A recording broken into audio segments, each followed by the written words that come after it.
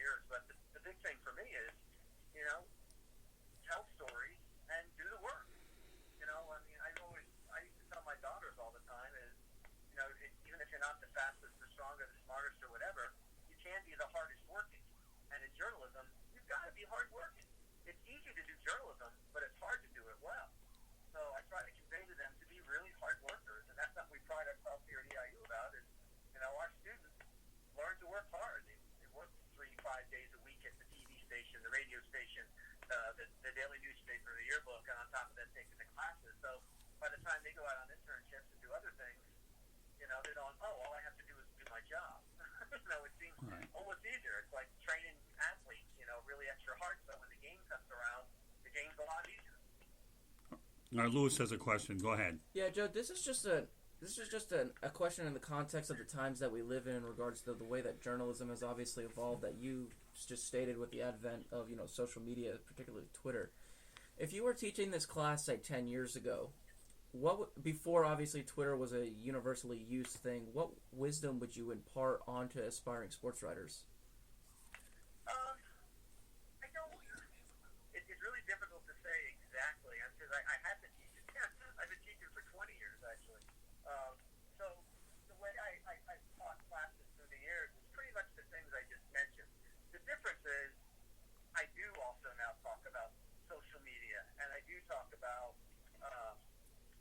a whole lot, because you need to be an expert at Twitter. So I'm out there teaching them how to use Twitter properly, and to make it interesting, and how to use Facebook, which is really, I think, too often, I think it's an underappreciated social media. I think it's about the best.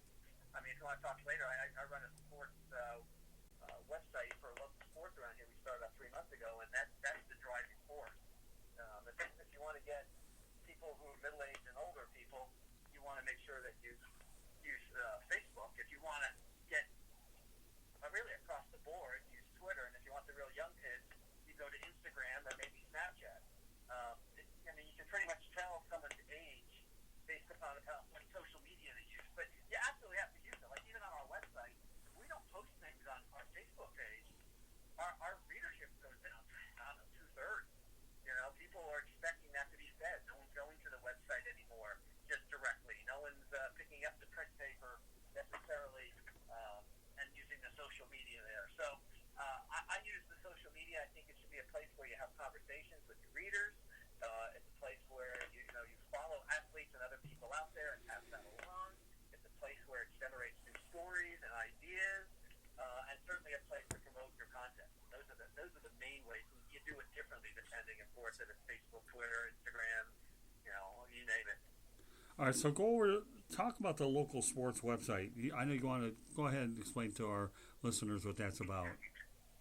Sure. I mean, what's happening right now? As a matter of fact, I had a chat after you and I talked today with another friend of mine who works. He's the editor of a paper in West Virginia. And what's happening across the country is that all these change. The gatehouses, and I guess the gatehouse and West Gannett, last week or the week before, merged, and they're just cutting staff left and right all over the country, and sometimes the editor doesn't even live in the same county or even close to the same county. So what happened here in East Central Illinois? We're about an hour south of Champaign, about 3 hours south of Chicago, about 2 hours from Indianapolis. We're a town of about 10,000, another 10,000 college students.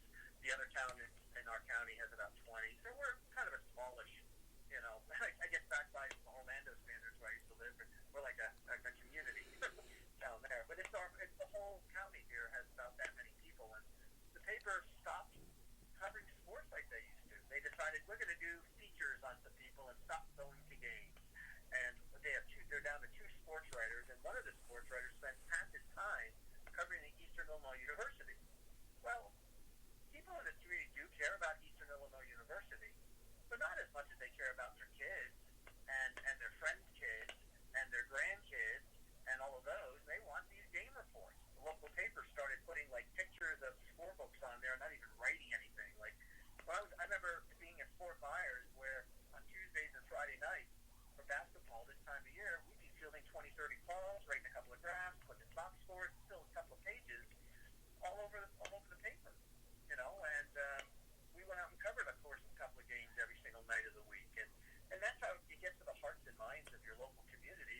local sports. And Right. they stopped doing it. And the community leaders asked me and the manager of the radio station here if we could do something. And, within 3 weeks, we had over 1,000 followers on Facebook, which is big for a smaller community, and it's still growing. And we had community leaders offering us really a couple of ten, maybe $15,000, $20,000, saying, "Here, take this free. If you need it, use it for covering it." We haven't taken it yet because we want to become a nonprofit, and I think that's another big trend is that nonprofits. The Salt Lake Tribune a couple of weeks ago went nonprofit. I have some other people I know across the country that started up nonprofits. This is really a sports venture, but if we see at the end of this year that it's doing pretty well, we may transition also into some news. Okay, Lewis has a question.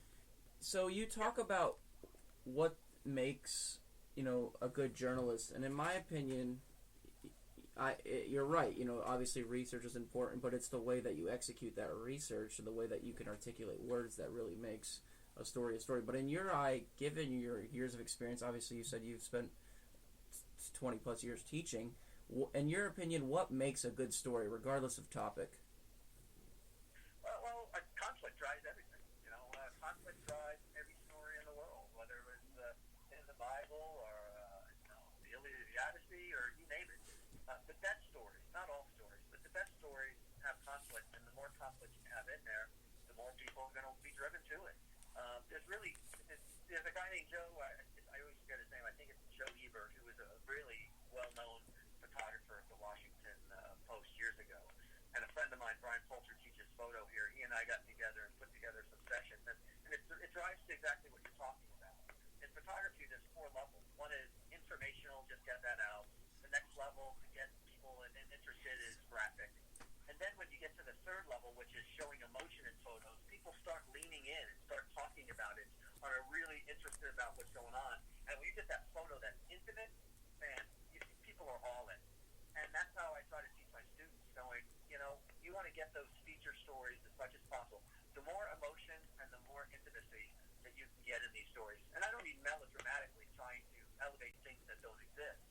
Because, as you just mentioned, it takes a lot of time to do this. You can't just knock out a story like that. It takes lots of time.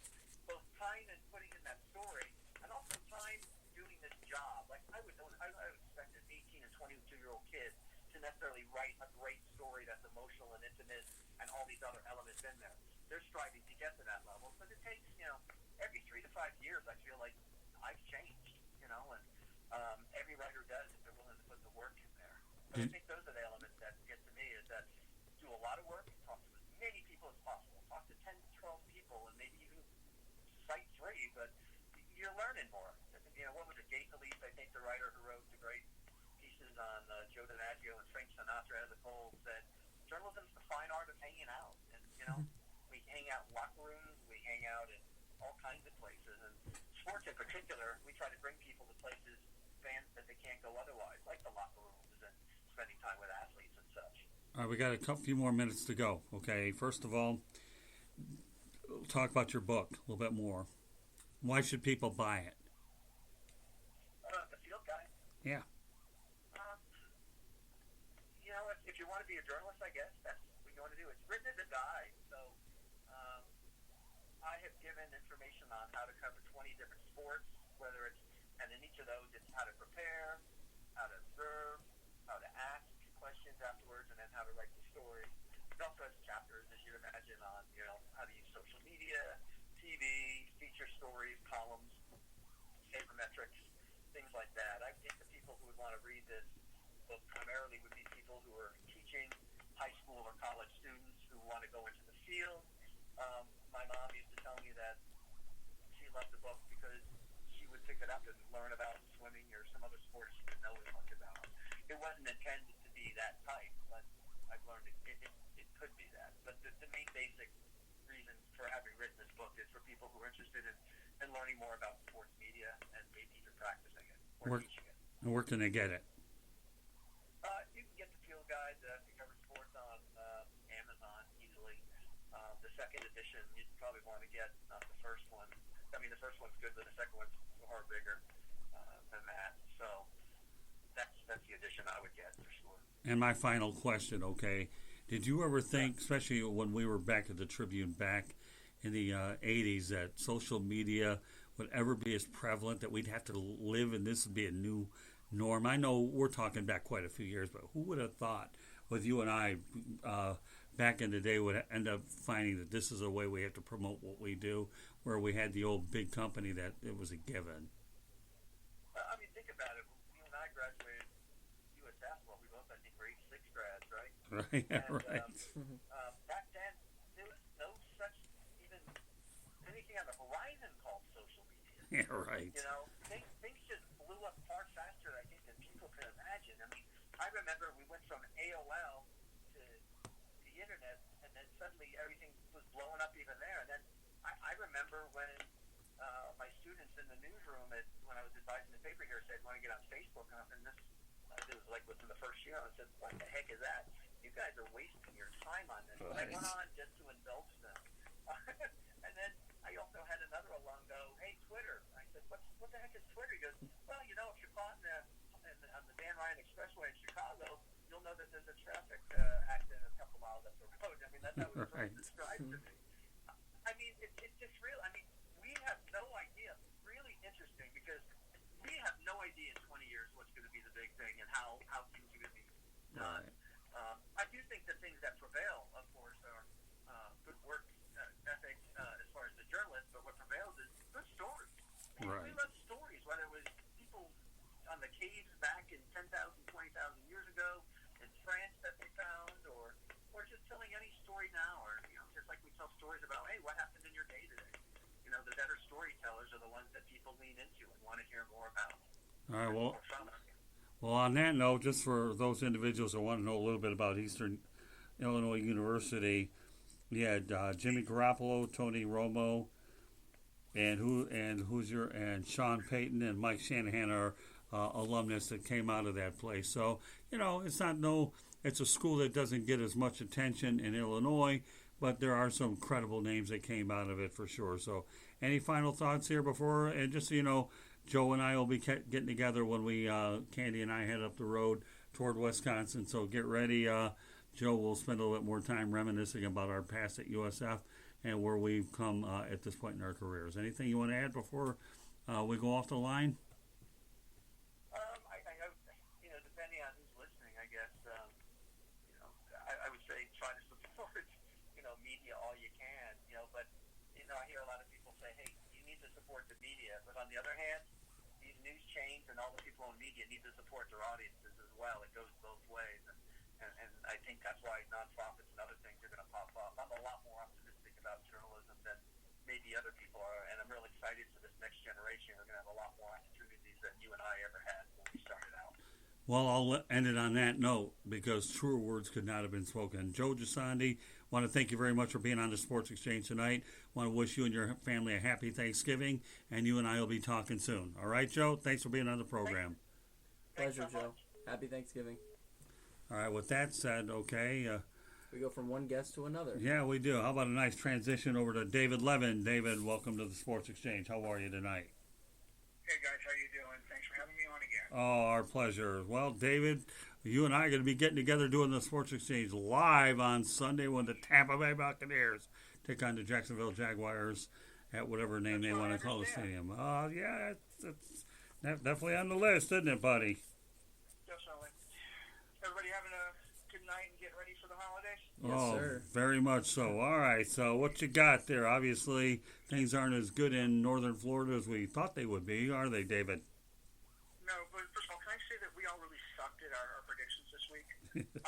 I'd rather you didn't, but there's perception and there's reality. But okay, go ahead. Perception is reality, definitely. Right.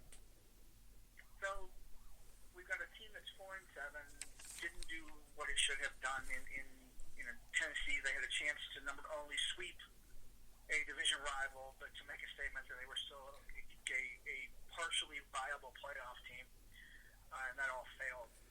But there's a lot more to it than just that. The Jaguars seem to be a team that may be in disarray, just based on what we've heard and what we've seen and what we've read up here in North Florida.